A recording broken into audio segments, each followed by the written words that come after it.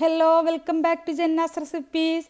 ഇന്നത്തെ വീഡിയോയിൽ നമുക്ക് പെട്ടെന്നൊരു എന്തെങ്കിലും മധുരമൊക്കെ കഴിക്കണമെന്ന് തോന്നുമ്പോൾ ഇൻസ്റ്റൻ്റ് ആയിട്ട് ഉണ്ടാക്കാൻ പറ്റിയിട്ടുള്ള ഡെസേർട്ടിൻ്റെ റെസിപ്പി ആയിട്ടാണ് വന്നിട്ടുള്ളത്. ഈയിടെ നടൻ മോഹൻലാൽ ഇതിൻ്റെ ഒരു വീഡിയോ ചെയ്ത് കാണിച്ചിട്ടുണ്ടായിരുന്നു. അപ്പോൾ നമുക്കിത് എങ്ങനെയാണ് ഉണ്ടാക്കുന്നതെന്ന് നോക്കാം. വീഡിയോ കണ്ടുകൊണ്ടിരിക്കുന്ന സമയത്ത് നിങ്ങൾക്ക് ഈ റെസിപ്പി ഇഷ്ടമാണെന്നുണ്ടെങ്കിൽ ഒന്ന് ലൈക്ക് ചെയ്ത് സപ്പോർട്ട് ചെയ്യാനും ചാനൽ ഇതുവരെ സബ്സ്ക്രൈബ് ചെയ്തിട്ടില്ലെങ്കിൽ ചാനലൊന്ന് സബ്സ്ക്രൈബ് ചെയ്യാനും ഫോളോ ചെയ്യാനും മറക്കരുത്. അപ്പോൾ ഈ ഡെസേർട്ട് ഉണ്ടാക്കാനായിട്ട് ഞാനിവിടെ എടുത്തിട്ടുള്ളത് മീഡിയം സൈസിലുള്ള 2 നേന്ത്രപ്പഴമാണ്. ഇത് നമുക്കൊന്ന് റൗണ്ടിൽ ചെറുതായിട്ട് കനം കുറച്ച് കട്ട് ചെയ്ത് വെക്കണം. പിന്നെ ഒരു പാൻ ചൂടാകുമ്പോൾ അതിലേക്ക് 1 ടേബിൾ സ്പൂൺ ബട്ടർ ഇട്ടിട്ട് നന്നായിട്ട് ഇത് മെൽറ്റാക്കി എടുക്കാം. ബട്ടർ ഒന്ന് മെൽറ്റായിട്ട് വന്നാൽ നമുക്ക് ഈ നേന്ത്രപ്പഴം അതിലേക്ക് ഇട്ട് കൊടുത്തിട്ട് നന്നായിട്ടൊന്ന് ടോസ്റ്റ് ചെയ്തെടുക്കണം. 2 സൈഡും നന്നായിട്ടൊന്ന് വാടി നന്നായിട്ടൊന്ന് മൊരിഞ്ഞ് വരുന്നത് വരെ നന്നായിട്ടൊന്ന് ടോസ്റ്റ് ചെയ്തെടുക്കാം. അപ്പോൾ ഇടയ്ക്കിടെ തിരിച്ചും മറിച്ചും ഇട്ടിട്ട് നന്നായിട്ട് മിക്സാക്കി കൊടുത്തതിന് ശേഷം ഇതുപോലെ ഓരോ സൈഡും നന്നായിട്ടൊന്ന് തിരിച്ചും മറിച്ചും ഇട്ടിട്ടൊന്ന് ടോസ്റ്റ് ചെയ്തെടുക്കണം. എല്ലാ പീസ് പഴവും ഇതുപോലെ നന്നായിട്ടൊന്ന് ടോസ്റ്റ് ആയിട്ട് നന്നായിട്ടൊന്ന് മൊരിഞ്ഞ് വന്നാൽ നമുക്കിതിലേക്ക് കുറച്ച് തേങ്ങ ചേർത്ത് കൊടുക്കാം.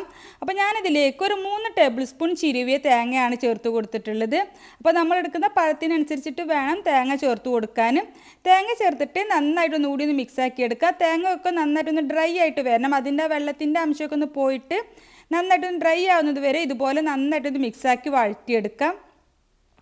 ഇപ്പോൾ തേങ്ങയൊക്കെ ഒന്ന് നന്നായിട്ട് ഡ്രൈ ആയി വന്നിട്ടുണ്ട്. അതിൽ നിന്ന് വെള്ളത്തിൻ്റെ അംശമൊക്കെ ഒന്ന് പോയിട്ട് ഡ്രൈ ആയി വന്നു കഴിഞ്ഞാൽ നമുക്കിതിലേക്ക് മധുരത്തിനായിട്ട് ഞാൻ 1 ടേബിൾ സ്പൂൺ തേനാണ് ചേർത്ത് കൊടുത്തിട്ടുള്ളത്. അപ്പോൾ തേൻ ചേർത്തിട്ട് വീണ്ടും നന്നായിട്ട് ഒന്നുകൂടി ഒന്ന് മിക്സാക്കി എടുക്കാം. തേൻ ചേർത്തിട്ട് എല്ലാം കൂടി നന്നായിട്ടൊന്ന് മിക്സാക്കി കൊടുത്തു കഴിഞ്ഞാൽ പിന്നെ നമുക്ക് ഫ്ലെയിം ഓഫ് ചെയ്യാം. ഫ്ലെയിം ഓഫ് ചെയ്തതിന് ശേഷം നമുക്ക് ഉടനെ തന്നെ ഇതൊരു പ്ലേറ്റിലേക്ക് മാറ്റാം. അപ്പോൾ ഞാനിത് മുഴുവനായിട്ട് ഒരു പ്ലേറ്റിലേക്ക് മാറ്റുകയാണ്. അതിൻ്റെ മുകളിലേക്ക് 1 സ്കൂപ്പ് ഐസ്ക്രീമാണ് ചേർത്തിട്ടുള്ളത്. അപ്പോൾ ചൂട് പഴത്തിൻ്റെ മേലെ ഐസ്ക്രീം ഇട്ട് കൊടുക്കുക. അതിന് മുകളിലേക്ക് നമുക്ക് ഇഷ്ടമുള്ള നട്ട്സൊക്കെ ഒന്ന് റോസ്റ്റ് ചെയ്തതാണ് ഇട്ട് കൊടുത്തിട്ടുള്ളത്. ഒരു ഭംഗിക്ക് വേണ്ടിയിട്ട് ഒരു ചെറിയ കൂടി വെച്ച് കൊടുക്കുന്നുണ്ട്. അപ്പോൾ വളരെ ഇൻസ്റ്റൻ്റായിട്ട് നമുക്ക് പെട്ടെന്ന് ഉണ്ടാക്കിയിട്ട് കഴിക്കാൻ പറ്റുന്ന ഒരു അടിപൊളി ഡെസേർട്ടാണ്.